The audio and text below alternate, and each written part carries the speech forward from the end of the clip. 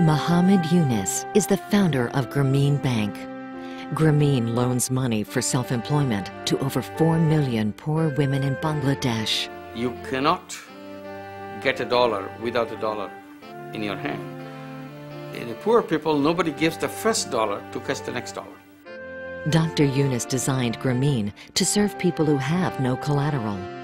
5 borrowers form a group and guarantee each other's loans.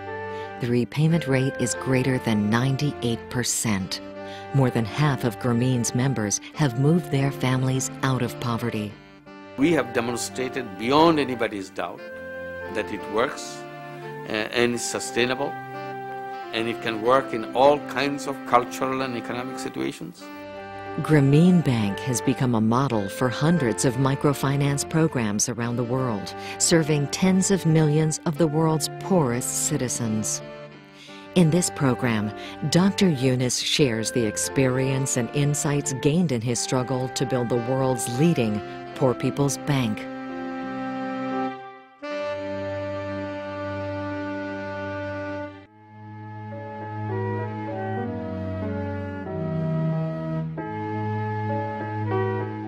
I toyed around several alternatives. Finally, I decided maybe I should link them with the local bank. Bank is the one who should be lending money. This is their business. This is their job. So with enthusiasm, I go to the branch manager or the bank manager who is located in the campus, propose to him that he lend money to the poor people in the village. He fell from the sky. He couldn't believe I even said that. He said, no, it can't be done. It can't be done. I said, why not? Because, he said, poor people are not creditworthy. What does creditworthy mean? Creditworthy means he will not be able to pay back. I said, how do you know? Did you lend them at all? He said, no, I never lent them. So how do you know? I said, everybody knows that. Because they are poor, no matter how much money you give, they will eat and the money will be over. They can't pay you back. So I went to higher officials in the city, downtown. I talked to them. They said the same thing. So every time I go and see somebody, they tell me the same thing. And it went on for months. I couldn't find the door to open. Then I learned something from them and I used it.